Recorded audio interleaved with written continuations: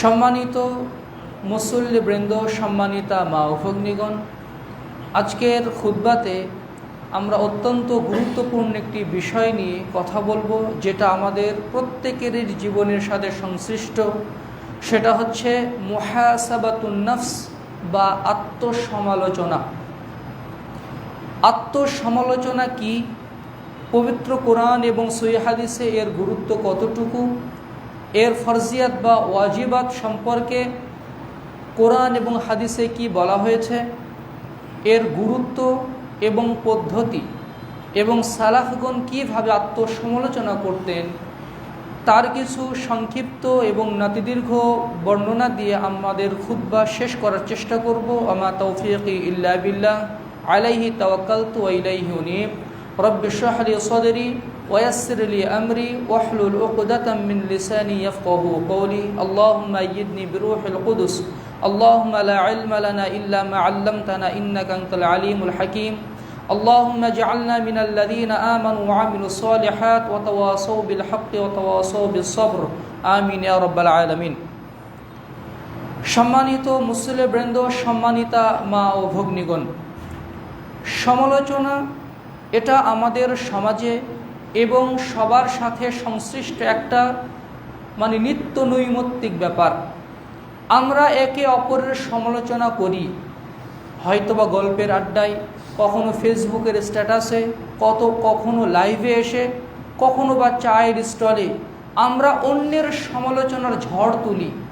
সে কি বলল, অমুকে কি করেছে, তমুকে কি করেছে, এগুলো আমাদের কথায় কথায় উঠে আসে।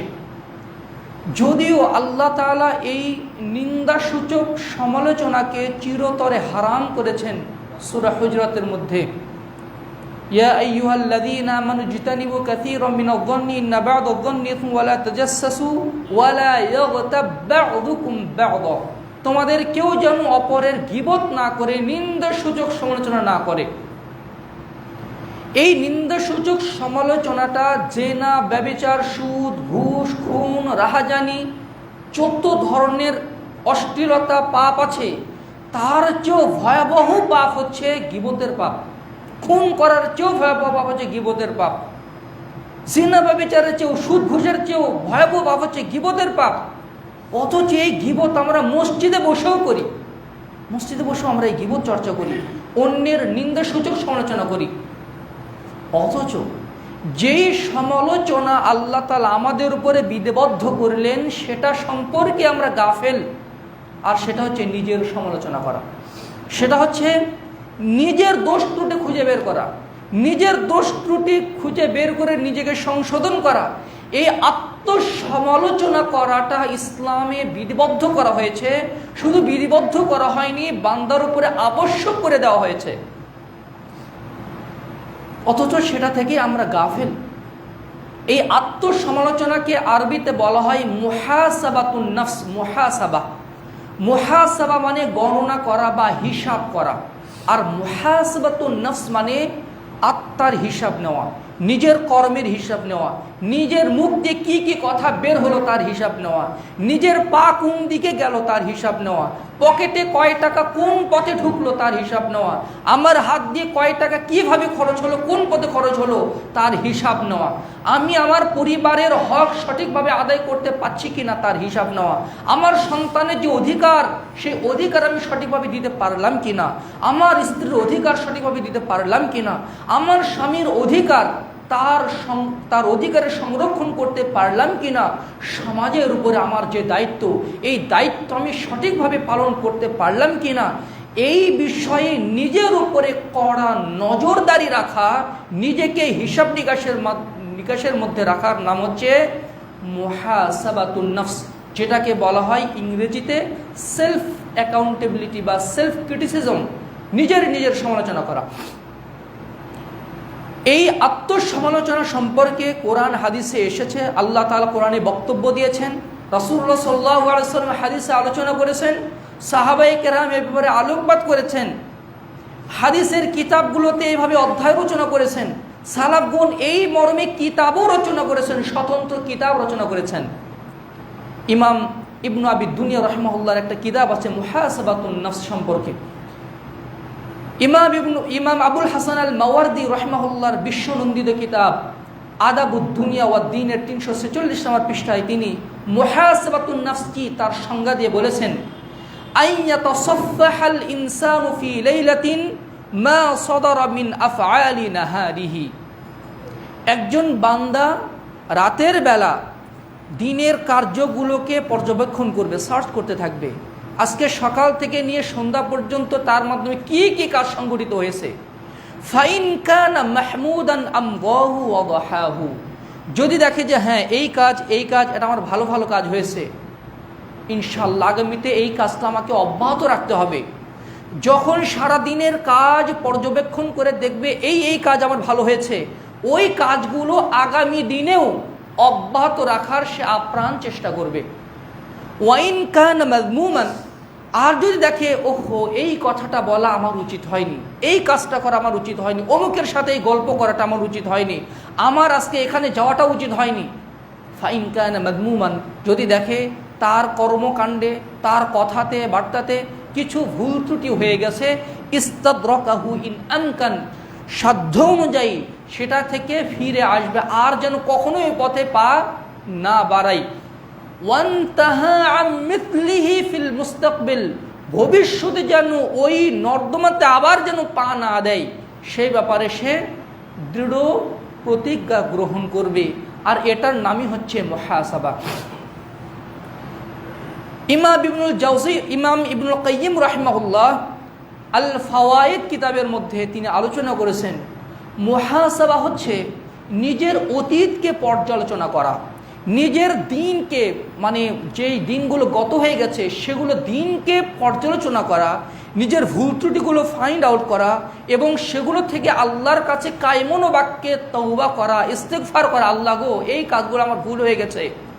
মানুষ যদি ওইভাবে খাটিয়ে যদি খুঁটিয়ে যদি না দেখে, এমন অনেক ভুল ত্রুটি তার মাধ্যমে হয়ে গিয়েছে যেগুলো সে বেমালুম ভুলে গেছে, ওগুলোকে স্মরণ করার চেষ্টা না করার কারণে। যদি সে ওইভাবে খুঁটিয়ে দেখার চেষ্টা করে, দেখবে যে অনেক ভুল ত্রুটি তার মানে খেয়াল হয়ে গেছে, ফলে সে আল্লাহর কাছে তওবা ইস্তেগফার করবে। আর যদি দেখে যে আমার কিছু ভালো কাজ হয়ে গেছে, এই জন্য আল্লাহর প্রশংসা করবে যে এই কাজগুলো আল্লাহ আমার মাধ্যমে করিয়ে নিয়েছেন, এই ভালো কাজগুলো আমার মাধ্যমে হয়ে গেছে, আলহামদুলিল্লাহ, হে আল্লাহ আমি আপনার শুকরিয়া আদায় করছি, আমি যেন এই ভালো কাজগুলো আরও বেশি করতে পারি। লাইন শাকারতুম লাযিদান্নাকুম, তোমরা যদি নিয়ামতের শুকরিয়া আদায় করো তাহলে ওই নিয়ামতগুলো আমি আরও বেশি দান করব। নেক আমল করতে পারার পরে যদি আল্লাহর কাছে শুকরিয়া আদায় করা হয়, ওই নেক আমল করার আরও বেশি তৌফিক আল্লাহ তাআলা তাকে দান করেন। এই জন্য মুহাসাবা হচ্ছে নিজের ভালো কাজ এবং নিজের খারাপ কাজগুলো সেপারেট করতে পারা। এই সম্পর্কে আল্লাহ তাআলা কোরআনে ঘোষণা দিয়েছেন। এই মুহাসাবা সম্পর্কে আল্লাহ তাআলা বলছেন, ইয়া আইয়ুহাল্লাযীনা আমানুত্তাকুল্লাহ ওয়ালতানজুর নাফসুম মা কদ্দামাত লিগাদিন ওয়াত্তাকুল্লাহ ইন্নাল্লাহা খাবীরুম বিমা তা'মালুন। ইয়া আইয়ুহাল্লাযীনা আমানুত্তাকুল্লাহ, ও হে যারা আল্লাহকে ভয় করো, হে মানে আল্লাহর ভয়ে ভীত বান্দাগণ, ইয়া আইয়ুহাল্লাযীনা আমানু, হে ঈমানদারগণ, ইত্তাকুল্লাহ, তোমরা আল্লাহকে ভয় করো, ওয়াল তানজুর নাফসুম মা কদ্দামাত লিগাদ, প্রত্যেকেরই এটা ভাবা উচিত, দেখা উচিত যে আগামী দিনের জন্য সে কি প্রেরণ করেছে।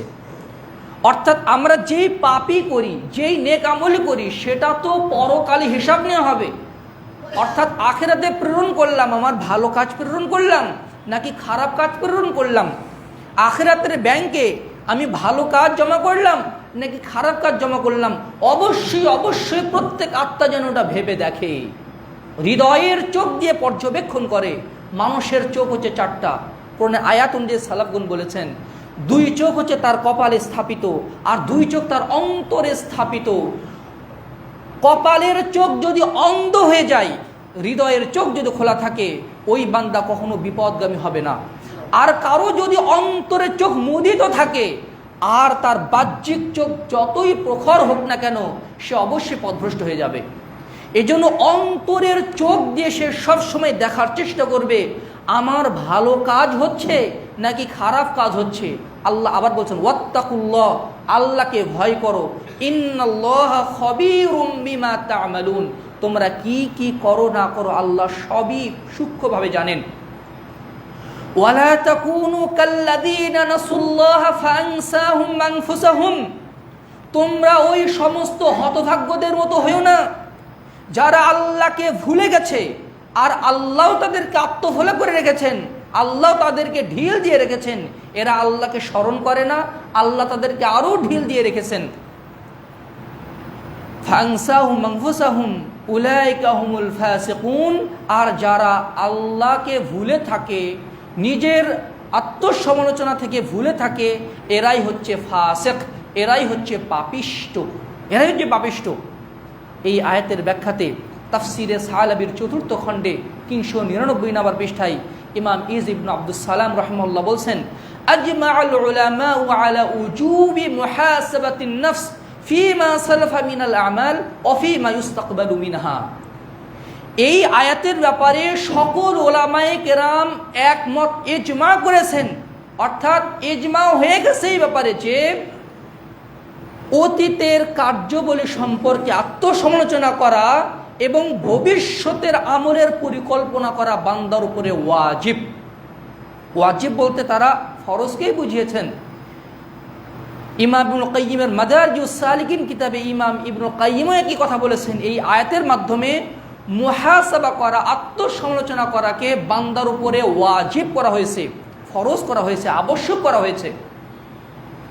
এখানে যে বিষয়টি লক্ষণীয় সেটা হচ্ছে অতীতের যেই কাজগুলো হয়ে গেছে এগুলো অবশ্যই এগুলোকে আমাদেরকে পর্যালোচনা তো করতে হবে যে আমার মাধ্যমে ভুল হয়ে গেল নাকি ত্রুটি হয়ে গেল নাকি ভালো কাজ হলো। এমনকি ভবিষ্যতে নেক আমলের পরিকল্পনা করাকেও বান্দার উপরে অবধারিত করা হয়েছে। সুবহানাল্লাহ বিহামদিহি। আমরা পরিকল্পনা করি ব্যবসাটাকে কিভাবে আর একটু বড় করা যায়, পরিবারকে নিয়ে আমাদের ফিউচার প্ল্যানিং, ব্যবসাকে নিয়ে আমাদের ফিউচার প্ল্যানিং। একটা জমি কিনে রাখলাম, সন্তান এখন ছোট আছে, ভবিষ্যতে বড় হলে সে এখানে কোনো কিছু করবে, অথবা সন্তানের জন্য আগে থেকে ব্যাংকে কিছু টাকা জমে রাখা, তারপরে মানে একদম ভিত মজবুত করে বাড়ি করা, যে আমার পরবর্তী 14 বংশ যেন এই বাড়িতেই তারা বসবাস করতে পারে, স্মৃতি বিজড়িত হয়ে থাকবে এই বাড়ি। ভবিষ্যতের পরিকল্পনা যে কত পরিকল্পনা, আমরা শুয়ে স্বপ্ন দেখি, বসে স্বপ্ন দেখি, ঘুমের ভিতরে স্বপ্ন দেখি, সালাতের ভিতরেও দুনিয়াবি স্বপ্ন দেখি, ফিউচার প্ল্যানিং করি, ব্যবসা নিয়ে পরিকল্পনা সাজাই, দুনিয়া নিয়ে পরিকল্পনা সাজাই, পরিবারকে নিয়ে পরিকল্পনা সাজাই, অথচ এটা আমার উপরে আবশ্যক ছিল না। আমার উপরে আবশ্যক ছিল নেক আমলের পরিকল্পনা গ্রহণ করা। আমার ভিতরে এই গুণটা নাই, আমার ভিতরে তাহাজ্জুদ পড়ার এই গুণটা নেই। ইনশাআল্লাহ ভবিষ্যতে আমাকে এই গুণ অর্জন করতে হবে। আমার মধ্যে ভুল ত্রুটি হয়ে যাচ্ছে, ইনশাআল্লাহ ভবিষ্যতে আমি নিজেকে এই দোষ থেকে নিজেকে মুক্ত করে ছাড়বো ইনশাআল্লাহ। ভবিষ্যতের নেক আমলের ব্যাপারে মানে পরিকল্পনা করা। আমি এই আমলের ব্যাপারে খুবই উদাসীন। ইনশাআল্লাহ আমি 1 সপ্তাহের মধ্যে, আমি 1 মাসের মধ্যে, অথবা আগামী 1 বছরের মধ্যে আমি এই ত্রুটি থেকে নিজেকে মুক্ত করব। আমি আরবি ভাষা জানি না, কোরআন যে একটু বুঝে বুঝে পড়বো, আমি আরবি ভাষা জানি না। আমার প্ল্যান আগামী 1 বছরের মধ্যে আমি আরবি ভাষা শিখে ফেলবো।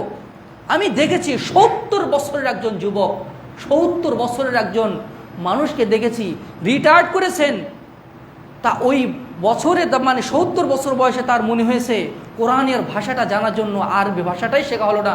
ইংলিশ অনর্গল কথা বলতে পারেন, আরবি ভাষাটা জানেন না। ওই বয়সে বৃদ্ধ মানুষ অনলাইনে কোর্স করে করে বেচারা আরবি ভাষা শিখে ফেলেছেন। সুবহানাল্লাহ বিহামদিহি। আর আমাদের তো পরিকল্পনাই নেই, শিখবো কোথায় থেকে? কোনো কাজের পরিকল্পনা ওই কাজের সফলতার অর্ধেক রাস্তা পর্যন্ত পৌঁছে দিতে পারে। এই জন্য নেক আমলের পরিকল্পনা থাকাও বান্দার উপর আবশ্যক। সন্তানকে নিয়ে নেক আমলের পরিকল্পনা, স্ত্রীকে নিয়ে নেক মানে আখিরাতের ব্যাপারে পরিকল্পনা করা। সর্বোচ্চ পরিকল্পনা হচ্ছে জান্নাতে ভালো থাকার পরিকল্পনা। 20 বছর পরে আমি এখানে আমার ব্যবসা কোথায় যাবে সেই ব্যাপারে আমি পরিকল্পনা করি, কিন্তু আমার মৃত্যুর পরে জান্নাতে আমার অবস্থান আমি কোথায় দেখতে চাই, এই পরিকল্পনা আমরা অনেকেই করতে ব্যর্থ হয়ে যাই। অথচ এটা আমার উপরে আবশ্যক করে দেওয়া হয়েছে। আখিরাতের ব্যাপারে যিনি যত চিন্তাশীল থাকবেন, আখিরাতের সুখে থাকার ব্যাপারে যিনি যত ভাবনায় বিভোর থাকবেন, দুনিয়ার জীবনটা তার জন্য ততই সহজ হয়ে যাবে। এত ঘাত প্রতিঘাত, মারামারি, স্বার্থ নিয়ে টানাটানি, এগুলো তার ভিতরে থাকবে না। তার সব সময় টার্গেট আমাকে আখিরাতে ভালো হতে হবে, আমাকে কবর আযাব থেকে যে কোনো মূল্যে নিজেকে মুক্ত করতে হবে, মুনকার নাকিরের সওয়াল জবাবের উত্তর দেওয়ার জন্য নিজেকে যোগ্য করে গড়ে তুলতে হবে, আমাকে পুল সিরাত পার হওয়ার যোগ্যতা অর্জন করতে হবে, আমাকে জাহান্নামের আগুন থেকে বাঁচার যোগ্যতা অর্জন করতে হবে। কিভাবে আমি কবরের আযাব থেকে বাঁচবো, কিভাবে আমি আমার পরিবার পরিজনকে কবরের আযাব থেকে বাঁচাবো, আমাদের এই নয়নপুত্র সন্তানকে কিভাবে আগুন থেকে বাঁচাবো, তাদেরকে কিভাবে জান্নাতে নিয়ে যাওয়া যায়, তাদেরকে কিভাবে পুল সিরাত পার করে নিয়ে যাওয়া যায়, তাদেরকে নিয়ে কিভাবে জান্নাতে সুখের জীবন, চির শান্তির জীবন লাভ করা যায়, ওই ব্যাপারে যারা পরিকল্পনা করেন তারাই হচ্ছে সফল বান্দা। রাসূলুল্লাহ সাল্লাল্লাহু আলাইহি ওয়াসাল্লাম বলেছেন, সুনানে তিরমিজি 2459 নম্বর হাদিস, শাদ্দাদ ইবনে আউস রাদিয়াল্লাহু আনহুর বর্ণনা, আল কাইয়িসু মান দানা নাফসাহু ওয়া আমিলা লিমা বা'দাল মাউত। আল কাইয়িস সবচেয়ে বিচক্ষণ, সবচেয়ে বুদ্ধিমান, সবচেয়ে চালাক ওই ব্যক্তি যার মধ্যে দুইটা বৈশিষ্ট্য আছে। এক, মান দানা নাফসাহু, যে নিজের নফসের হিসাব নেয়। এই হাদিসের ব্যাখ্যাতে ইমাম তিরমিজি ব্যাখ্যা দিয়েছেন, হাসাবা নাফসাহু ফিদ দুনিয়া ক্বাবলা আন ইউহাসাবা ইয়াউমাল কিয়ামাহ। কিয়ামতের দিন আল্লাহ তো তার কাছ থেকে হিসাব গ্রহণ করবেন, ওই হিসাব গ্রহণের আগেই নিজেই নিজের হিসাব গ্রহণ করে, নিজের দুনিয়াবি কর্মকাণ্ডের হিসাব গ্রহণ করে। এ হচ্ছে চালাক মানুষ, বুদ্ধিমান মানুষ। আর 2 নম্বর বৈশিষ্ট্য কি, মান দানা ওয়া আমিলা লিমা বা'দাল মাউত, মৃত্যুর পরবর্তী জিন্দেগির জন্য সে আমল করে। এই 2টি বৈশিষ্ট্য আছে যার, সে হচ্ছে সবচেয়ে বুদ্ধিমান মানুষ, সবচেয়ে আকলবান মানুষ, বিবেকবান মানুষ। রাসূলুল্লাহ সাল্লাল্লাহু আলাইহি ওয়াসাল্লামের ভাষায় তার গায়ের পোশাকটা হয়তো একদম সাদামাটা, তার গা মানে পোশাকটা হয়তো বা লন্ড্রি করে নাই, সে হয়তো বা কুড়ে ঘরে থাকে, হতে পারে সে রিক্সা চালক, হতে পারে সে একজন মুদি দোকানদার, কিন্তু তার ভিতরে যদি এই 2 বৈশিষ্ট্য থাকে, আমাদের কাছে সে হাবাগোবা টাইপের মনে হলেও, আমাদের কাছে সে নিরেট একজন বোকা টাইপের লোক হলেও, আল্লাহর কাছে, রাসূল সাল্লাল্লাহু আলাইহি সাল্লামের কাছে সে হচ্ছে সবচেয়ে চালাক মানুষ। আর আমাদের কাছে চালাক মানুষকে জমির দলিল দেখলেই বুঝতে পারে এটা কোন দাগের দলিল, কিভাবে মানে কি করতে হবে, টাকা দিয়ে কিভাবে টাকা ইনকাম করতে হয় খুব ভালো বোঝে। ক্লায়েন্টকে এমনভাবে কনভিন্স করে, একবার যদি তার সাথে সাক্ষাৎ করে তার কাছ থেকে ছোটার আর কোনো উপায় নেই, কথার এত মারপ্যাচ বোঝে। আমাদের কাছে হচ্ছে সে চালাক মানুষ, জিনিস খুব ভালো চেনে, খুব ভালো জিনিস কিনতে পারে। তারপরে আমরা জেনে শুনে কখনো পচা জিনিস কিনি না, কম দামি মানে নোংরা জিনিস কিনি না। ওই ক্ষেত্রে আমরা চালাকির পরিচয় দেই, খুবই বিচক্ষণতার পরিচয় দেই, কথায় কথায় আমাদের বুদ্ধি, আমাদের চালাকি ঠিকরে পড়ে। কিন্তু আখিরাতের ব্যাপারে আমরা নিরেট বোকামির পরিচয় দিই। আল্লাহ রাসূল বলছেন, ওয়াল আজিজু, অথর্ব ওই ব্যক্তি, অক্ষম ওই ব্যক্তি, মান আতবা নাফসাহু হাওয়াহা ওয়া তামান্না আলাল্লাহ, যে ব্যক্তি তার প্রবৃত্তিকে লাগাম ছেড়ে দিয়েছে, কোনো হিসাব নিকাশ নাই, মন যা চাই তাই করে, প্রবৃত্তির অনুসরণ করে এবং সে ঢিল দিয়ে রেখেছে, ওয়া তামান্না আলাল্লাহ, আর আল্লাহর উপরে মিথ্যা আশা পোষণ করে। তার তাওহীদ ঠিক নাই, তার সালাতের ঠিক ঠিকানা নাই, আল্লাহর কাছে জান্নাতুল ফেরদাউস আশা করে না। আমল করার পরে আশা করতে হবে, আমল করার পরে আশা করতে হবে। কেউ সালাতি আদায় করে না, তার দিনদারিত্বের একদম ঠিক নেই, আর বলে আমার মায়ের দোয়া আছে আমার উপরে, আমার বাবা অনেক দোয়া করেছে আমার উপরে, সে ওই দোয়ার উপরে ভরসা করে আছে। অথচ নিজের আমলও তো প্রয়োজন, নিজের আমলের প্রয়োজন। তার যদি তাওহীদের ঠিক ঠিকানা না থাকে, সে যদি 5 ওয়াক্ত সালাত আদায়কারী না হয়, অন্যের দোয়া তার কাজে আসবে কিভাবে? সে আমল না করে আল্লাহর কাছে মিথ্যা আশা পোষণ করে আছে যে আল্লাহ আমাকে দিবেন, অথচ সে ওই কাজের যোগ্য না। এটা তখনই হয় যখন বান্দা নিজের আত্মসমালোচনা করে না। এতে এত গুরুত্বপূর্ণ ব্যাপার আত্মসমালোচনা করা। রাসূলুল্লাহ সাল্লাল্লাহু আলাইহি ওয়াসাল্লাম নিজেই আল্লাহর কাছে হিসাব সহজ করে যাওয়ার জন্য দোয়া করতেন, আল্লাহুম্মা হাসিবনি হিসাবান ইয়াসীরা, আল্লাহ আমার হিসাবটা সহজ করে দিন। এই কিয়ামতের ময়দানে প্রত্যেক মানুষ নতজানু হয়ে আল্লাহর সামনে উপস্থিত হবে। কেউ কারো মুখ দিয়ে একটা বাক্য উচ্চারিত হবে না। সমবেত সকলের সামনে আল্লাহ তাআলা উপস্থিত হবেন। রাসূলুল্লাহ সাল্লাল্লাহু আলাইহি ওয়াসাল্লাম একাই আল্লাহর সামনে কথা বলবেন। সবাই তাক লেগে তাকিয়ে থাকবে, ভয়ে সন্তুষ্ট থাকবে। তার চক্ষু চড়কগাছ হয়ে যাবে, কোনো কথা বলতে পারবে না। কার দেহে পোশাক আছে না নাই সেই দিকে সে দিকপ্রাপ্ত করতে পারবে না। রাসূলুল্লাহ সাল্লাল্লাহু আলাইহি ওয়াসাল্লাম সিজদায় লুটিয়ে পড়বেন। আল্লাহ তাআলা বলবেন, ইরফা রাসাকা ইয়া মুহাম্মদ, হে মুহাম্মদ মাথা উত্তোলন করুন, আপনি চান আপনাকে দেওয়া হবে, সুপারিশ করুন আপনার সুপারিশ কবুল করা হবে। অথবা রাসূল সাল্লাল্লাহু আলাইহি ওয়াসাল্লাম বলবেন, হে আল্লাহ অনুগ্রহ করে বিচার কার্য শুরু করুন। এরপরে আল্লাহ তাআলা বিচার কার্য শুরু করবেন কিয়ামতের ময়দানে। ওই কিয়ামতের ভয়াবহ মুহূর্তে আমাদের ভালো আমল মন্দ আমল সব কিছুই মিজানের পাল্লাতে তুলে মাপা হবে। মানুষের নেক আমল মাপা হবে, মানুষের মন্দ আমল মাপা হবে।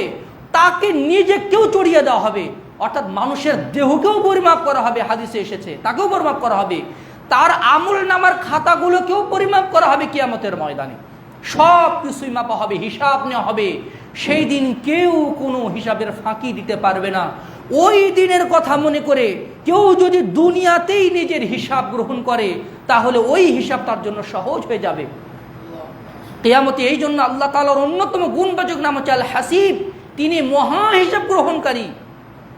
ওই বান্দা বিচক্ষণ, ওই বান্দা বুদ্ধিমান, যে ব্যক্তি মহা হিসাব গ্রহণকারী আল্লাহর সামনে নিজের কর্মকাণ্ডের হিসাব দেওয়ার আগেই দুনিয়াতেই নিজেই নিজের কাছে হিসাব নিকাশ গ্রহণ করে।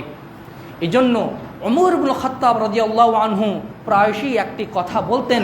ইমাম ইবনে আবি দুনিয়া মুহাসাবাতুন নাফস কিতাবের দ্বিতীয় 22 নম্বর পৃষ্ঠায় নিয়ে এসেছেন।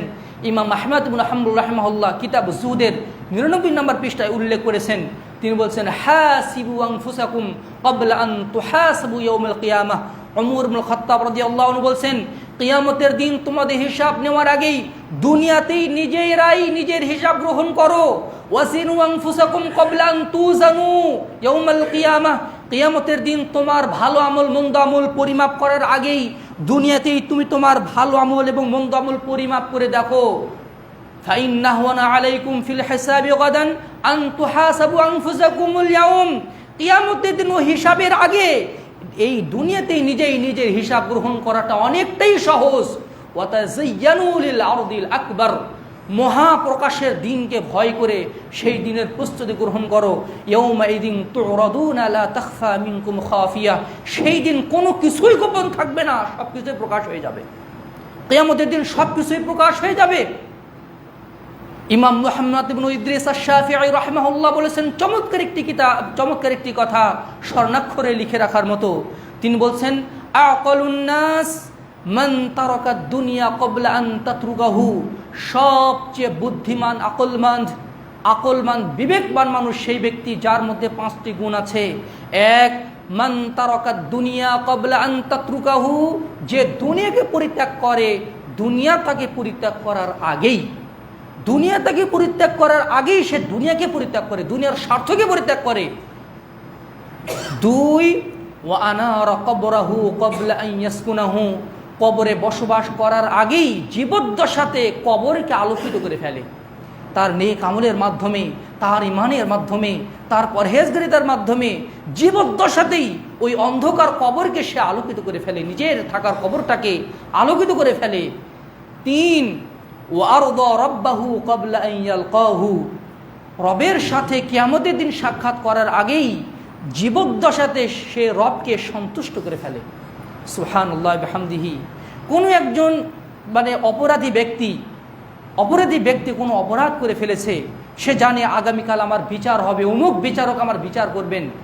আগের দিনে সে যদি বিচারকের কাছে যায়, নিবৃত্তচারী হয়ে বিচারকের কাছে গেছে, কালকে যিনি বিচার করবেন তার কাছে চলে গেছে, গিয়ে বলছে, আমি ভুল করেছি, আমার এটা অপরাধ হয়ে গেছে, আমাকে ক্ষমা করে দিন, আমার মাধ্যমে আর এই ভুল কাজটা হবে না। বিচারক বিচার করার আগেই, তার আগেই যদি সে বিচারককে সন্তুষ্ট করে ফেলে, তাহলে নিঃসন্দেহে তার বিচারটা অনেক সহজ হয়ে যাবে। বিচারক যখন বিচারের মাঠে তাকে আদালতে যখন তার বিচার করবে, তখন সে জানে যে লোকটা আগে থেকেই আমার কাছে ক্ষমা চেয়ে নিয়েছে, সে হিসাব সহজ করে দিবে। এটা দুনিয়াবি ক্ষেত্রে একটা উদাহরণ মাত্র।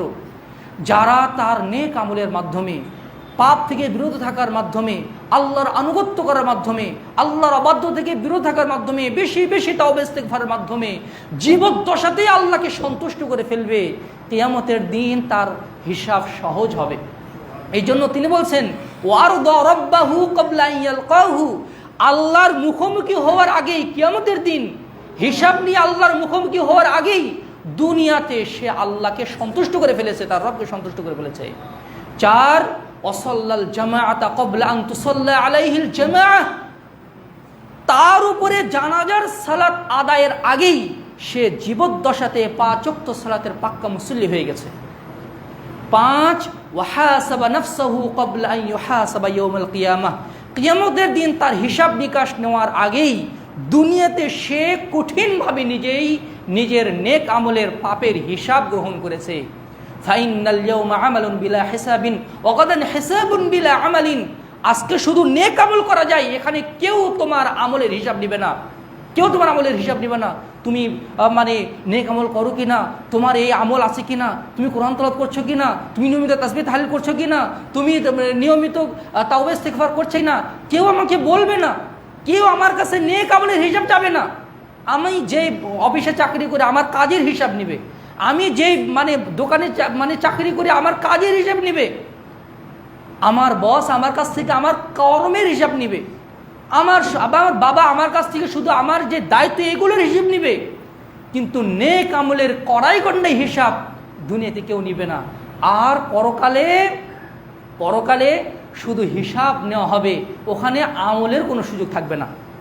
সুবহানাল্লাহ বিহামদিহি, কতই না চমৎকার কথা তিনি বলেছেন।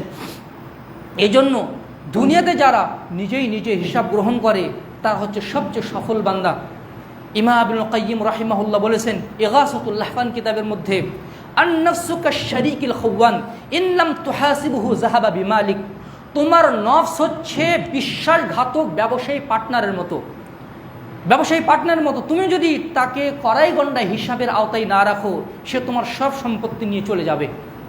আচ্ছা বলুন তো, আপনি একজন লোকের সাথে ব্যবসা শুরু করেছেন, এখানে মাশাআল্লাহ অনেক বড় বড় ব্যবসায়ী আছেন, আপনি একজন বিশ্বাসঘাতক, আপনি জানেন সে একদম মারাত্মক লেভেলের ফ্রড এবং ধোঁকাবাজ এবং দুর্নীতিবাজ, আপনি জানা শোনা সত্ত্বেও তার সাথে আপনি বড় ধরনের একটা লেনদেন শুরু করলেন, ব্যবসা শুরু করলেন, ব্ল্যাঙ্ক চেকে তাকে সই দিয়ে রেখেছেন, সে মাল কত টাকায় কিনছে আর কত টাকায় বিক্রি করছে, আপনি কিছুই হিসাব রাখছেন না, দিন শেষে আপনার ব্যবসা থাকবে না। তিনি বলছেন এই নফসটা, এই বিশ্বাসঘাতক, এই ব্যবসায়ী পার্টনার যতটা আমার জন্য ক্ষতিকর, তার চেয়েও বড় ক্ষতিকর হচ্ছে আমাদের মন্দপ্রবণ নফস সবসময় মন্দপ্রবণ। ইন্নান নাফসা লাআম্মারাতুম বিসসু, এই নফসটা মন্দের দিকে ধাবিত হয়। আপনি যদি এই নফসের হিসাব না রাখি, আমার নফস আমাকে কোন দিকে নিয়ে যাচ্ছে, আমাদের অঙ্গ প্রত্যঙ্গ সব কিছু কিন্তু এই সেন্ট্রাল অর্থাৎ অন্তর থেকে, এখান থেকে সব কিছুই এখান থেকে কন্ট্রোল করা হয়। আর শয়তান সবসময় মানুষের নফসের উপরে নিয়ন্ত্রণ নেওয়ার চেষ্টা করে। শয়তান বান্দার হাতের উপরে আক্রমণ করে না, শয়তান বান্দার দেহের উপরে আক্রমণ করে না, শয়তান সরাসরি আক্রমণ চালায় বান্দার নফসের উপরে। কারণ নফসকে যদি কন্ট্রোলে নেওয়া যায়, তার গোটা বডি শয়তানের কন্ট্রোলে চলে আসে। নফস যখন শয়তানের কন্ট্রোলে চলে যায়, এই চোখ আপনি আর ভালো পথে নিয়ে আসতে পারবেন না, শয়তান এই চোখকে খারাপ দিকে নিয়ে যাবে। নফস যদি শয়তানের কন্ট্রোলে চলে যায়, এই অঙ্গ প্রত্যঙ্গের মাধ্যমে হারাম কাজ, খারাপ কাজ হয়ে যাবে। এই জন্য নফস কি অবস্থায় আছে, এই ব্যাপারে নফসকে পর্যবেক্ষণের মধ্যে রাখার নামই হচ্ছে মুহাসাবা। ইমাম হাসান আল বসরি রাহিমাহুল্লাহ তিনি বলছেন, ওয়াল্লাহি মা তারাহু, ওয়াল্লাহি, তো আল্লাহর কসম করে বলছি, তুমি মুমিনকে মা তারাহুল মুমিন, তুমি মুমিনকে এমন অবস্থায় দেখবে, ইল্লা আন ইয়ালুমা নাফসাহু, সে সব অবস্থায় সব নিজেকে নিন্দিত করছে, প্রত্যেকটা কাজ তার পর্যবেক্ষণের মধ্যে রেখেছে। আশ্চর্য হতে হয়, সালাফদের মধ্যে এমনও অনেক সালাফ ছিলেন যারা তাদের কর্মকাণ্ডগুলো প্রত্যেক দিন লিখে লিখে রাখতেন। সুবহানাল্লাহি বিহামদিহি, যে আজকে আমার মাধ্যমে এই ভালো কাজ হয়েছে, আজকে আমার মাধ্যমে এই খারাপ কাজ হয়েছে, তারা লিখে লিখে রাখতেন। লিখে লিখে তাদের কথার হিসাব রাখতেন, লিখে লিখে তারা কোথায় গিয়েছে না গিয়েছে, কোন কাজ ভালো হয়েছে কোন কাজ খারাপ হয়েছে, এগুলো তারা লিখে লিখে রাখতেন এবং দিন শেষে ওগুলো দেখতেন যে আজকে আমার অবস্থা কি। আপনি আমি যদি চিন্তা ভাবনা করি, এই মুহূর্তে যদি আমার মৃত্যু হয়ে যায়, এই মুহূর্তে যদি আমার মৃত্যু হয়ে যায়, আমি নিজেকে কোন অবস্থায় পাবো? আমি কি জান্নাতি, আমি কি কবরের মানে সব হিসাব নিকাশ আমি দিতে পারবো? আমি কি জান্নাতি ব্যক্তি হব নাকি আমি জাহান্নামী ব্যক্তি হব? যদি আমি একনিষ্ঠতার সাথে যদি আমি উত্তর দেই, তাহলে সবার উত্তর হবে এটাই যে এই মুহূর্তে যদি আমার মৃত্যু এসে যায়, এই মুহূর্তে যদি আমার মৃত্যু এসে যায়, তাহলে আমার জাহান্নাম সেরকম গত্যন্তর থাকবে না। বান্দা যদি এইভাবে নিজেকে পর্যবেক্ষণের মধ্যে রাখে, তাহলে কিছুটা হলেও সে আখিরাতের পথে পা বাড়াবে। বিশ্বাস করুন, যদি কেউ 7 দিন, আমি একদম গ্যারান্টি দিয়ে বলতে পারি, কেউ যদি 7 দিন এই ইবাদতটা করে, অন্তরের ইবাদত, এটা হচ্ছে অন্তরের ইবাদত। বান্দার ইবাদত কয়েকভাবে সম্বোধিত হয়। অঙ্গ প্রত্যঙ্গের ইবাদত আছে, জিহ্বার ইবাদত আছে, অন্যভাবে অন্তরের ইবাদত আছে। এটাকে বলা হয় শুআবুল ঈমান, ঈমানের শাখা প্রশাখা। অন্তরের অন্যতম ইবাদত হচ্ছে মুহাসাবাতুন নফস, আত্মসমালোচনা করা। আপনি যদি প্রত্যেক দিন ঘুমোতে যাওয়ার আগে, এটা এমন একটি ইবাদত, মুহাসাবা করে এমন একটি ইবাদত, যে ইবাদতের জন্য ওযু করতে হয় না, যে ইবাদতের জন্য মসজিদে আসতে হয় না, যে ইবাদতের জন্য কোনো আনুষ্ঠানিকতার প্রয়োজন নেই, যে ইবাদতের জন্য কোনো নির্জনতারও প্রয়োজন নেই। তবে হলে ভালো হয়, আপনি রিকশাতে চলছেন, নিজেকে মুহাসাবার মধ্যে রাখতে পারবেন। আপনি ঘুমোতে আছেন, ওই পাশে স্ত্রী শুয়ে আছে, এই পাশে আপনি, কিন্তু আপনি এই ইবাদতে রত আছেন যে আজকে সারাদিন আমি কি কাজ করলাম। আপনি হয়তো অফিসে বসে আছেন, ওই অবস্থাতে আপনি এই ইবাদতটা সম্পাদন করতে পারবেন। আপনি হয়তো বা গাড়িতে বসে আছেন, মসজিদে একটু আগে ভাগে চলে এসেছেন, 5 মিনিট আগে মানে চলে এসেছেন জামাতের, ওই সময় আপনি মুহাসাবা করতে পারবেন। সালাতের পরে একটু দেরিতে যান, একটু মুহাসাবা করতে পারবেন। যদি আমরা নিজেকেই মুহাসাবার মধ্যে রাখি, অন্তত 10 মিনিট করেও যদি কেউ সময় দেয়, তাহলে তার জীবনটা নিয়ন্ত্রিত হয়ে যাবে। আবু দারদা রাদিয়াল্লাহু আনহু তিনি বলতেন যে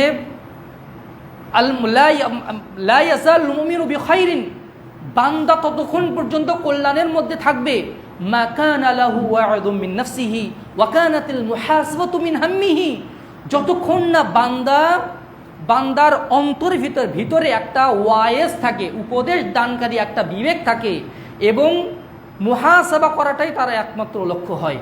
সে সবসময় চিন্তা ভাবনা করে, আমি যে 5 ওয়াক্ত সালাত আদায় করছি, এটা কি হক আদায় করে হচ্ছে? এটা কি রাসূলের পদ্ধতি অনুযায়ী হচ্ছে? আচ্ছা, আমার মাধ্যমে কোনো মানে অন্যায় কাজ হয়ে যাচ্ছে না তো? কারো মানে অধিকার নষ্ট হয়ে যাচ্ছে না তো? আমার মাধ্যমে কি আমার চোখের কি কোনো পাপ হয়ে গেল? আজকে যে মার্কেটে গেলাম, মার্কেট থেকে আসলাম, আসার পরে সে দেখবে আজকে কি কোনো খেয়ানত হয়ে গেছে চোখের? আমার হাতের কি কোনো খেয়ানত হয়েছে? আজকে পকেটে যে কয় টাকা ঢুকেছে, এটা সবগুলো কি হালাল টাকা ঢুকেছে? এইভাবে সে চিন্তা ভাবনা করবে। যদি আপনি এভাবে চিন্তা ভাবনা করি যে আজকে সালাত 5 ওয়াক্ত সালাত কি মসজিদে ঠিকমতো আদায় হলো? সালাতের আগে পরে যে সুন্নত সালাতগুলো, এগুলো কি আমি আদায় করেছি? আজকে তাহাজ্জুদ হয়েছে কি? আজকে কি আমি কোরআন তেলাওয়াত করেছি? আজকে সকাল সন্ধ্যার কি জিকিরগুলো পড়া হয়েছে আমার? আজকে বাথরুমে যে কয়বার ঢুকেছি বের হয়েছি, দোয়াগুলোকে আমি পড়ে ঢুকেছি নাকি না পড়ে ঢুকেছি? মসজিদে ঢোকার দোয়া কি আমি পড়ে ঢুকলাম নাকি না পড়ে ঢুকলাম? আমি কি আমার বয়োজ্যেষ্ঠদের সাথে সাক্ষাৎ হওয়ার পরে কি আমি সালাম দিয়েছি নাকি সালাম দেইনি? আমি কি গাড়িতে ওঠার সময় দোয়া পড়লাম কি পড়লাম না? এই চিন্তা ভাবনার মধ্যে যখন আমরা রাখবো, দেখবেন 1 সপ্তাহের মধ্যে আপনার জীবনটা জাহান্নাম থেকে আখিরাতের দিকে ডানা মেলবে, এবং নেক আমলের অনেক বৈশিষ্ট্য আপনার ভিতরে প্রবেশ করবে। অনেক পাপ থেকে দেখবেন যে আপনি নিজেকে হেফাজত করে ফেলেছেন। অনেক নেক আমলে আপনি তৃপ্তি পাচ্ছেন, স্বাদ পাচ্ছেন।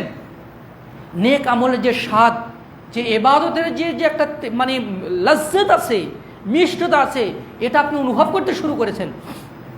এই জন্য মুহাসাবা করা প্রয়োজন। সাহাবায়ে কেরাম মুহাসাবা করতেন, সেটা আমি বলছি পরবর্তীতে। মুহাসাবা যদি আমরা করি, আমরা আখিরাতের হিসাব আমাদের জন্য সহজ হয়ে যাবে। কেউ যদি দুনিয়াতেই হিসাব নিকাশ যদি করে ফেলে, নিঃসন্দেহে তার আখিরাতের হিসাব সহজ হয়ে যাবে। আল্লাহ তাআলা, আল্লাহ রাসূল সাল্লাল্লাহু আলাইহি সাল্লাম আল্লাহকে বলতেন, আল্লাহুম্মা হাসিবনি হিসাবান ইয়াসীরা, হে আল্লাহ আমার হিসাবকে সহজ করে নিন। কল্পনা করেছেন, যেই রাসূলের কোনো পাপ নেই, যিনি ছিলেন নিষ্পাপ মাসুম, যার কোনো পাপ ছিল না, ভবিষ্যতেও যদি কোনো পাপ করতেন, যদিও করেননি, করবেন না, আল্লাহ অগ্রিমভাবে পূর্বের পরের সকল গুনাহ খাতা ক্ষমা করে দিয়েছেন। যিনি জান্নাতে সর্বপ্রথম করা নাড়বেন, যার জন্য সর্বপ্রথম জান্নাতের দরজা খোলা হবে, যিনি তার উম্মতকে সুপারিশ করে জান্নাতে নিয়ে যাবেন, যার সুপারিশে কিয়ামতের দিন কিয়ামতের বিচার কার্য আল্লাহ তাআলা শুরু করবেন, সেই রাসূল সাল্লাল্লাহু আলাইহি সাল্লাম আল্লাহর কাছে দোয়া করছেন, আল্লাহুম্মা হাসিবনি হিসাবান ইয়াসীরা, আল্লাহ আমার হিসাবকে সহজ করে নিন। বিষয়টা কত মারাত্মক, বিষয়টা কত ভয়াবহ কল্পনা করতে পারছেন? আমাদের অত বড় হৃদয় নেই সে কল্পনা করব। মা আয়েশা সিদ্দিকা রাদিয়াল্লাহু আনহা বলেন, হে আল্লাহ রাসূল, সহজ হিসাব আবার কি? তখন আল্লাহ রাসূল সাল্লাল্লাহু আলাইহি ওয়াসাল্লাম বললেন, হে আয়েশা, কিয়ামতের দিন আল্লাহ তাআলা বান্দার প্রত্যেকের আমলনামার খাতা সেই দিন মেলা হবে, বান্দাকে আমলনামা দেওয়া হবে। আল্লাহ যদি কারো আমলনামার ব্যাপারে যদি বলেন যে দেখি তোমার আমলনামাটা কেমন, যদি আল্লাহ তাআলা শুধু একটু উল্টে দেখতে যদি ইচ্ছা পোষণ করেন, যদি দেখতে চান, সে ধ্বংস হয়ে যাবে এবং আমি নিজেও ধ্বংস হয়ে যাব।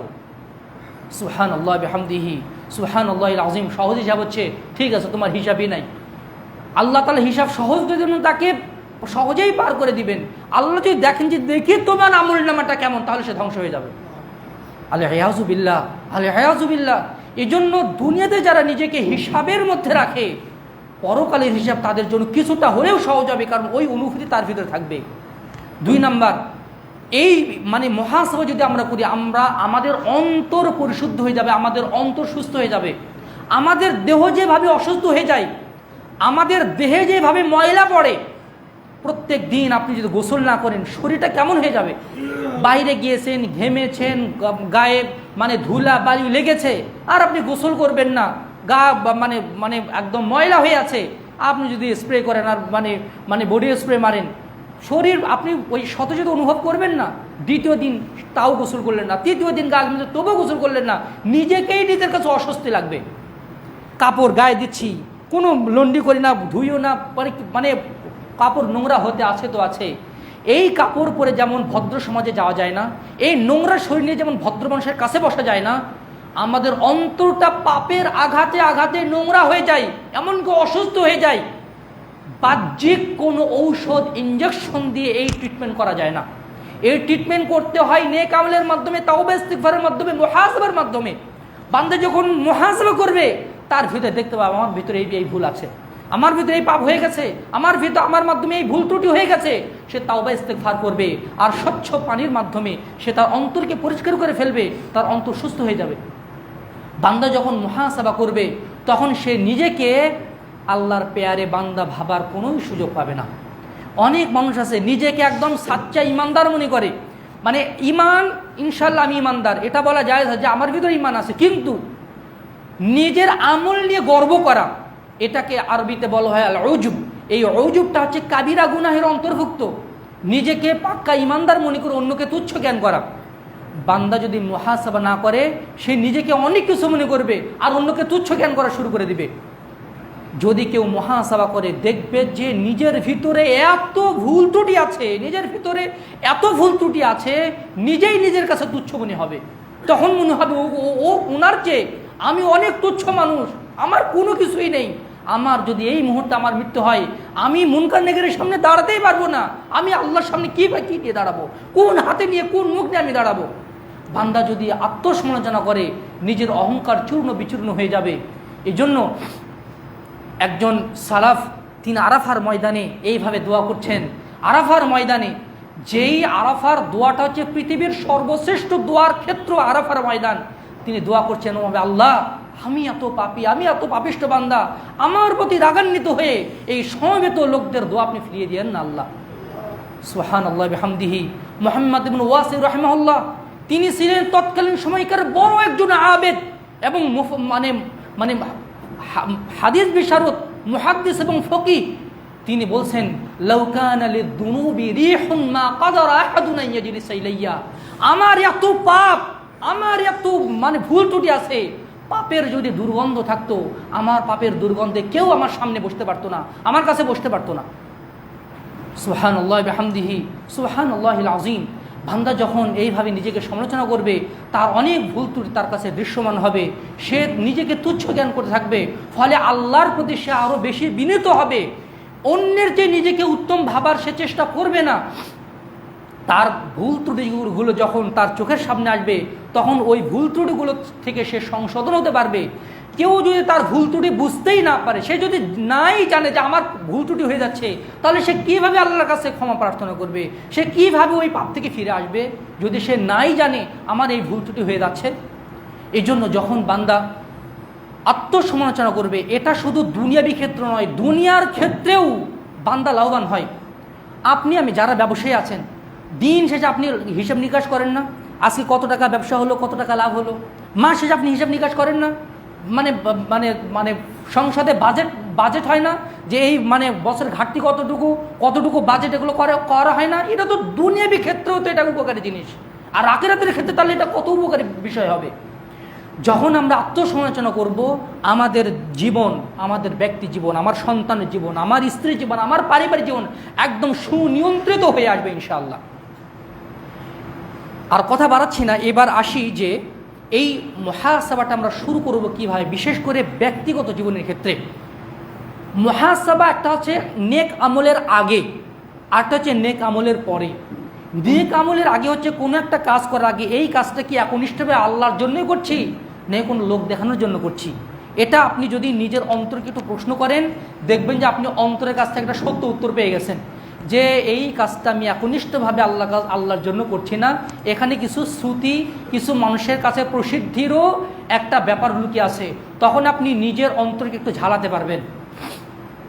নেক আমল সম্পাদনের পরে মুহাসাবা করতে হয়। যেমনভাবে সালাত আদায়ের পরে দেখবেন যে অনেক সময় আমাদের এরকম হয়ে যায় যে সালাত আদায় করলাম, কিন্তু সালাত আদায়ের মধ্যে কোন দোয়া কোথায় পড়েছি না পড়েছি, বেহুশ ছিলাম, গাফেল ছিলাম, মন মেজাজ অন্যদিকে ছিল। সালাতের নেকি কিন্তু 10 স্তরে বিভক্ত। কেউ পায় 6%, কেউ পায় 7%, কেউ তারও কম 2-3% পায়। যার মনোযোগ যত বেশি সে সালাতের নেকিটা পূর্ণ হিস্সায় পেয়ে যাবে, যার মনোযোগ যত কম তার নেকি কমতে থাকবে। এবার আপনি আমি সালাতের পরে হিসাব নিকাশ করি, আচ্ছা সালাত যে পড়লাম, মনোযোগ কি শুরু থেকে শেষ পর্যন্ত পূর্ণটাই ছিল? দেখবেন আপনি ধরা খেয়ে যাবেন আপনার নিজের কাছেই যে না না না, আজকে আমি সালাতের মধ্যে ব্যবসার অনেক হিসাব নিকাশ করে ফেলছি, আমার সালাত পরিপূর্ণভাবে হয়নি। আমি পরবর্তীতে এখন যে সুন্নত পড়বো, এই সুন্নতটা ইনশাল্লাহ আমি একদম পূর্ণ মনোযোগ দিয়ে পড়বো। আমি পরবর্তী যে আসরের সালাত বা মাগরিবের সালাত আছে, এটা আমি পূর্ণ মনোযোগ দিয়ে পড়বো ইনশাআল্লাহ। সালাতের পরে আপনি চিন্তা ভাবনা করলেন যে আজকে 1 রাকাত মিস করে ফেললাম, ইনশাআল্লাহ আগামী এই পরের সালাতে ইনশাআল্লাহ আগে ভাগে আসবো, আজানের সাথে তো আমি ইনশাআল্লাহ চলে আসবো, অথবা আজানের আগে চলে আসবো। সাইদ ইবনে মুসাইয়িব রাহিমাহুল্লাহ বলছেন, আমার 40 বছর এমনভাবে কেটেছে যে মুয়াজ্জিন যখন মসজিদে আজান দেয়, তখন আমি সালাতের জন্য মসজিদে উপস্থিত, মসজিদের নববীতে। সুবহানাল্লাহি বিহামদিহি সুবহানাল্লাহিল আযীম। এভাবে নেক আমলের পরে তারপরে আমরা চিন্তা ভাবনা করবো, আচ্ছা এই নেক আমলের যে এই নেকি, আমি কি এই নেকি পূর্ণভাবে পাবো? তখন আপনি দেখবেন যে আপনি বুঝতে পারবেন যে এই নেকি আপনি পূর্ণভাবে পাবেন কি না। যদি আপনি একনিষ্ঠতার সাথে সেই লেভেলের মনোযোগ দিয়ে করে থাকেন, তাহলে আপনার নিজের মনে বলে দিবে ইনশাআল্লাহ আমি এই আমলের পূর্ণ নেকি পাবো। আর যদি কোনো ত্রুটি বিচ্যুতি হয়ে থাকে, তখন নিজের ভিতরেই খারাপ লাগা তৈরি হবে, এই আমলের পূর্ণ নেকি হয়তো আমি পাবো না। এরপরে যদি আপনি মুহাসাবা করেন, হালাল কাজের ক্ষেত্রেও মুহাসাবা করা উচিত। আবু বকর রাদিয়াল্লাহু আনহু তিনি বলতেন, আমরা হারামে লিপ্ত হওয়ার ভয়ে অনেক হালাল কাজ ছেড়ে দিতাম, জায়েজ ছেড়ে দিতাম, কারণ না যেন হারামের পথে না যাই। অনেক পিকনিক করা, ঘোরাঘুরি করা, এগুলো একটা হালাল কাজ। ঘোরাঘুরি করা, একটু বেড়াতে যাওয়া, কিন্তু বেড়াতে গিয়ে সালাত সময় গাফলাতি করা, চোখের দৃষ্টির হেফাজত না থাকা, তারপরে গান বাজনার কানে আসা, এগুলো যে হারাম কাজে লিপ্ত হয়ে যাচ্ছি। এই জন্য হালালের ব্যাপারও নিজেকে পর্যবেক্ষণ মধ্যে রাখা। আচ্ছা আমি যে জায়েজ কাজগুলো করি, এগুলোর মাধ্যমে আবার কোনো হারামের পথ তৈরি হয়ে যাচ্ছে না তো? অনুরূপভাবে হিসাব নিতে হবে আমার ফরজ ইবাদতের, আমাদের উপর। আচ্ছা আমার যে টাকা পয়সা আছে, আমার উপরে হজ কি ফরজ? আচ্ছা আমার উপরে তো হজ ফরজ, আমি তো এখনও হজ করিনি। আচ্ছা 5 ওয়াক্ত সালাত আমার উপরে ফরজ, আজকে 5 ওয়াক্ত সালাত কি আদায় হয়েছে? দিন শেষে আপনি হিসাব নেবেন, 5 ওয়াক্ত সালাত, হ্যাঁ 5 ওয়াক্ত সালাত আদায় করেছি। 5 ওয়াক্ত সালাত কি মসজিদে আদায় হয়েছে পুরুষদের জন্য? যদি ওহো আজকে জহরের সালাত একটু বাইরে কাটিয়েছি, জামাতের সাথে পড়তে পারিনি, আল্লাহ আমার এই ত্রুটিগুলোকে আপনি ক্ষমা করে দিন। কারণ জামাতের সাথে সালাত আদায় করাটা আবশ্যক। আগামী দিন ইনশাআল্লাহ 5 ওয়াক্ত সালাত আমি জামাতের সাথে আদায় করব। 5 ওয়াক্ত সালাতের পরে ফরজ হিসাবের পরে বা নফলের আপনি হিসাব নেবেন যে সালাতের আগে পরে যে সুন্নাত সালাতগুলো আছে, ফজর পূর্বের 2 রাকাত, এশার আগে জোহরের আগে, জোহরের পরে, তারপরে মাগরিবের পরে, এশার পরে, এই সুন্নাতগুলো কি সুন্নাত রাতে বাকি আদায় হয়েছে? হ্যাঁ হ্যাঁ হ্যাঁ, এগুলো তো আদায় করেছি। ওহো জোহরের পূর্বের সালাত তো আজকে হয়নি। আজকে একটু তাড়াহুড়া করে দোকানটা একটু দেরিতে বন্ধ করতে করতে জোহরের সালাত শুরু করে দিয়েছে, আগামী তো এই কাজ করা যাবে না। দেখবেন যে আজকে কি তাহাজ্জুদ পড়েছি 2 রাকাত হলেও, আজকে কি রাতে কোরআন তেলাওয়াত হয়েছে, আজকে সকাল সন্ধ্যার জিকির আজকাল কি করতে পারলাম, হিসাব নিতে হবে। দেখবেন যে আপনি নিজেই একটা নিয়মতান্ত্রিকের মধ্যে আসছেন। এরপর আপনি হিসাব নেবেন যে আপনার পকেটে যে টাকা ঢুকছে, এই টাকা হালাল পন্থায় ঢুকছে কিনা, অঙ্গ প্রত্যঙ্গ কোনো হারামে লিপ্ত হচ্ছে কিনা। আমার চোখ কি আজকে কোনো খেয়ানত করেছে? আমার হাত কি কোনো খেয়ানত করেছে? আমার জবান কি কোনো খেয়ানত করেছে? আমি ওই ভাইয়ের সাথে আজকে অনেকক্ষণ গল্প করলাম ফোনে, প্রায় 15 মিনিট 20 মিনিট ধরে কথা বললাম। আচ্ছা কারো কি গীবত করে ফেললাম? কারো উপরে কি মিথ্যা তুহমত দিয়ে ফেললাম? কোনো কি মিথ্যা কথা বলে ফেললাম? একজন সালাফ বলছেন আমি জীবনে একবার মিথ্যা কথা বলেছি। কি মিথ্যা কথা? আমার আব্বু আমাকে বললেন তুমি কি ওস্তাদের কাছে আজকে কিতাব হাদিস পড়েছো, এবার তুমি পড়েছো? আমি বলেছিলাম পড়েছি, কিন্তু আমি সেদিন পড়িনি, আব্বুর ভয়ে আমি বলে দিয়েছিলাম। এই জীবনে একবার মিথ্যা কথা বলেছি, আর কখনোই আমি মিথ্যা কথা বলিনি। আহনাব ইবনে কায়েস রাহিমাহুল্লাহ বলছেন আমি জীবনে একবার মিথ্যা কথা বলেছি।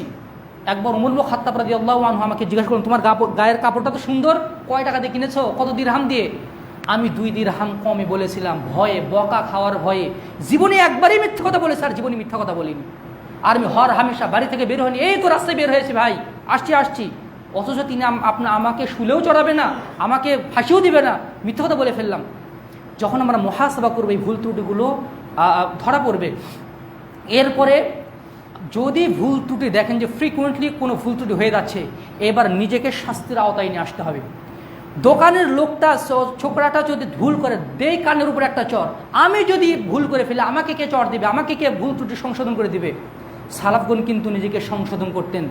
ওমর ইবনে খাত্তাব রাদিয়াল্লাহু আনহু তিনি রাতে ঘরের ভিতরে ঢুকে দেওয়ালের সামনে পাটাকে মাটির ভিতরে রেখে পদাঘাত করে বলতেন, হে ওমর, জান্নাতে যাওয়ার জন্য আজকে কতটুকু আমল করেছো, জাহান্নাম থেকে বাঁচার জন্য কতটুকু আমল করেছো, খুব তো তুমি আমিরুল মুমিনিন হয়ে গেছো, খুব তো তুমি আমিরুল মুমিনিন খেতাব নিয়ে বসে আছো, বলো হে ওমর জান্নাতে যাওয়ার জন্য আজকে তোমার আমল কতটুকু, বলো হে ওমর জাহান্নামে বাঁচার জন্য তোমার আমল কতটুকু।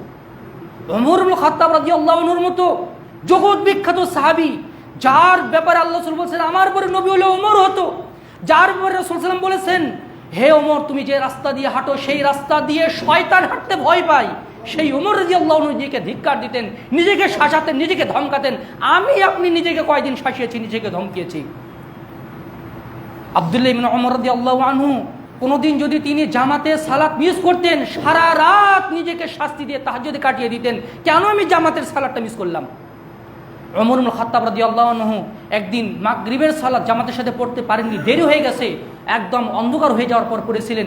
এই দুঃখে নিজেকে শাস্তি দিয়ে 1 খণ্ড জমি আল্লাহর পথে দান করে দিয়েছিলেন, যার তৎকালীন মূল্য ছিল 2 লক্ষ দিরহাম।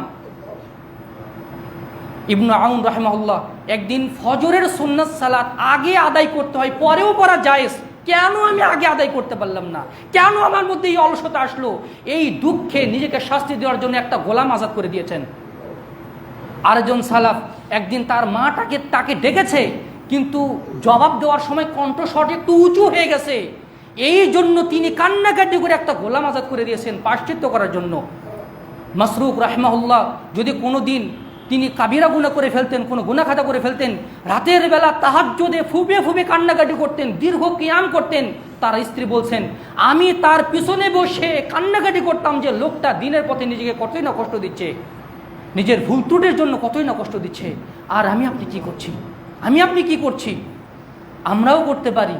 যদি দেখেন যে এই পাপ কাজটা আমার মাধ্যমে হয়ে যাচ্ছে, আপনি নিজের উপর একটা জরিমানা আরোপ করুন, কেউ জানুক না জানুক, আপনার স্ত্রী জানবে না, আপনার সন্তান জানবে না, আপনি নিজেই নিজের উপরে যেই পাপ কাজটা বেশি হয়ে যায় সেটার উপরে আমরা একটা মানে জরিমানা আরোপ করতে পারি। আমার যদি জামা ছুটে যায় আমি 100 টাকা দান করে দেব। আমার যদি এই ভুল ত্রুটি হয়ে যায় আমি 2 পারা কোরআন তেলাওয়াত করব। আমার যদি এই ভুল ত্রুটি হয়ে যায় আমি রাতে 1 ঘন্টা 1.5 ঘন্টা আমি তাহাজ্জুদে দাঁড়িয়ে আমি তার প্রায়শ্চিত্ত করব। অর্থাৎ নেক আমলের মাধ্যমে নিজেকে নেক আমলের উপরে স্থাপিত রাখা, এটাও কিন্তু নফসকে শাসানোর একটা মাধ্যম। নিজেকে নেক আমলে ব্যস্ত রাখা, এটাও কি নফসকে শাসানোর নতুন একটা মাধ্যম। সুতরাং আসুন আত্মসমালোচনা করি। নিজেকে সংশোধন করার এর চেয়ে বড় কোনো উপায় নেই। এই আত্মসমালোচনাটা বাধাগ্রস্ত হয়, বান্দা ডিসকোয়ালিফাইড হয়ে যায় 4টি দোষের কারণে। 4টি দোষ থাকলে বান্দা আত্মসমালোচনা করতে পারে না। একদম লাগাতার পাপ যদি চলতে থাকে তাহলে আত্মসমালোচনা করতে বান্দা অপারগ হয়ে যায়। 2, দুনিয়াবি ব্যস্ততা যদি বেশি আষ্টে পিষ্টে ধরে অক্টোপাসের মতো আপনাকে, আপনি আত্মসমালোচনা করতে পারবেন না। আপনি তো খাওয়ারই সময় পান না, তারপরে স্ত্রীকে সময় দেওয়ার সময় হয় না, সন্তানকে সময় দেওয়ার সময় হয় না, সে নিজেকে কখন সময় দিবে? ফোন কল করতে করতে, মেসেজের রিপ্লাই দিতে দিতে, ইমেইলের রিপ্লাই দিতে দিতেই তো তার সময় শেষ।